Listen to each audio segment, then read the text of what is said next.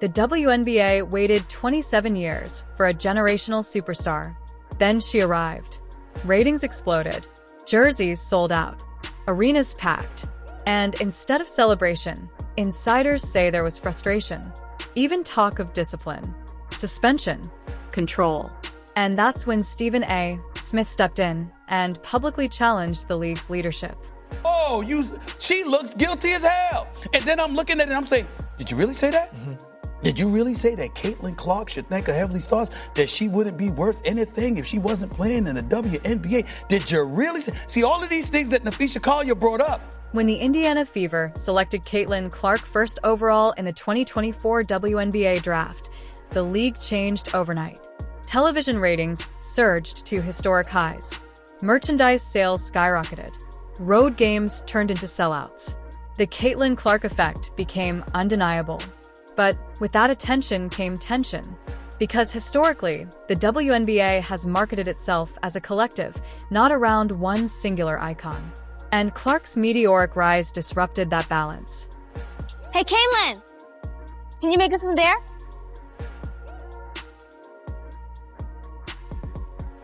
Hey, Caitlin, how about from here? Come on, guys. Yeah, she can't make it from there. No chance. Caitlin, conmigo, ¿eh? You got it. I'm not even gonna ask. Hey, Caitlin, from here might be impressive. Am I right? Whatever, Che. So right here. From there! Throughout her rookie season, Clark became the most fouled and most debated player in the league. Hard contact, heated exchanges, viral moments. The debate intensified after multiple nationally televised games where physical play against Clark drew criticism. Stephen A. Smith began questioning whether the league was doing enough to protect its biggest draw. Let me clarify first, because it's proxy season, right? No CEO do you just put the base pay in there. You put their bonus, you put their stock options, you put everything. Caitlin has the ability to make up to $500,000 just in WNBA wages this year. So, of course, they're just looking at a base which is collectively bargained.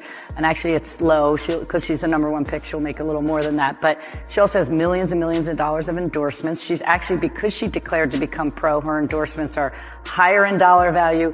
She has a global platform now, not just a U.S. platform. So she's going to do just fine, as will the top players in the league, as every league does. Also, there's comparisons to the men. Those men's leagues are 75 to 120 years old. We're tipping off our 28th season. I would say if you looked at them 28 seasons in, we're further ahead. But I realize we still have a lot of work to do. And it's all about the... Stephen A. Smith didn't hold back. He framed the issue not just as basketball, but business. You don't grow your league by alienating the player, bringing in millions of eyeballs. He argued that Clark's presence was accelerating WNBA growth faster than any marketing strategy in league history. And historically, he pointed to how major sports leagues protect, not punish, their generational stars.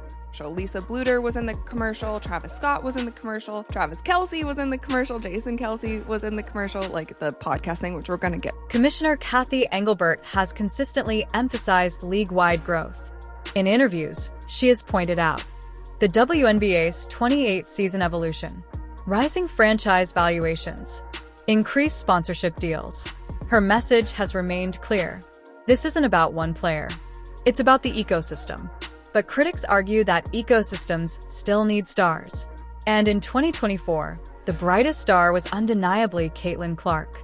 It was super hype, and they also launched the campaign From Anywhere, which is just perfect for Caitlin Clark. And obviously, fans have been waiting for a CC signature shoe for years. It feels like years at this point. She is now 2 seasons into the WNBA, and we've gotten the signature logo, and we've also gotten some merch, but that signature shoe is what everybody is on the edge of their seat for. And she recently went on New Heights once again to talk about her signature shoe, and she talked about the new technology that will be going into this. Clark's rookie salary was collectively bargained, standard for a number 1 pick.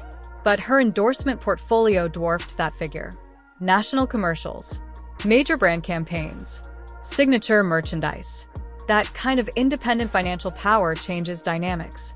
Because when a player's brand extends beyond the league, leverage shifts. And that's where the tension may have truly begun. The WNBA has faced media tension before. From Olympic roster debates to player activism moments, league leadership has often walked a tightrope between collective values and star power. But Clark represents something different.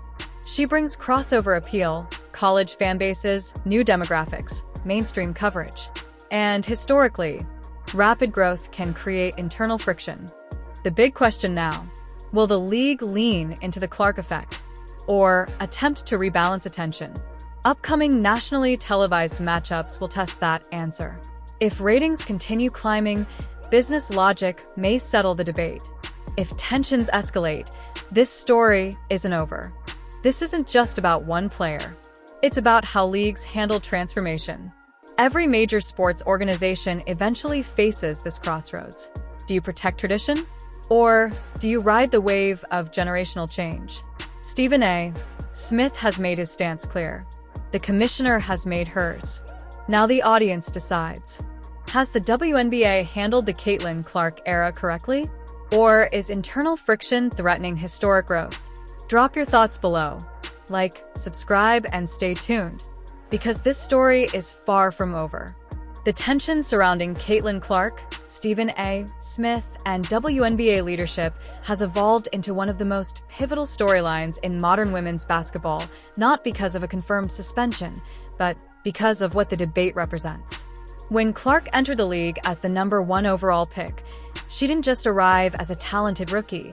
She arrived as a commercial force, a ratings catalyst, and arguably the most nationally recognized name the league had ever seen at entry level. Television viewership surged. Road arenas sold out. Jersey sales spiked. Corporate sponsors leaned in aggressively. The Caitlin Clark effect wasn't a slogan. It became a measurable economic phenomenon. And in professional sports, economic impact changes power structures. That shift is what ignited the larger media firestorm. When physical play against Clark became a recurring headline during nationally televised games, debate erupted across sports networks. Critics questioned whether the league was adequately protecting its most marketable star. That's when Stephen A. Smith entered the conversation with characteristic force. On national television, he framed the issue not as a basketball debate, but as a business decision. His argument was simple yet powerful. No league in a growth phase undermines its primary revenue driver.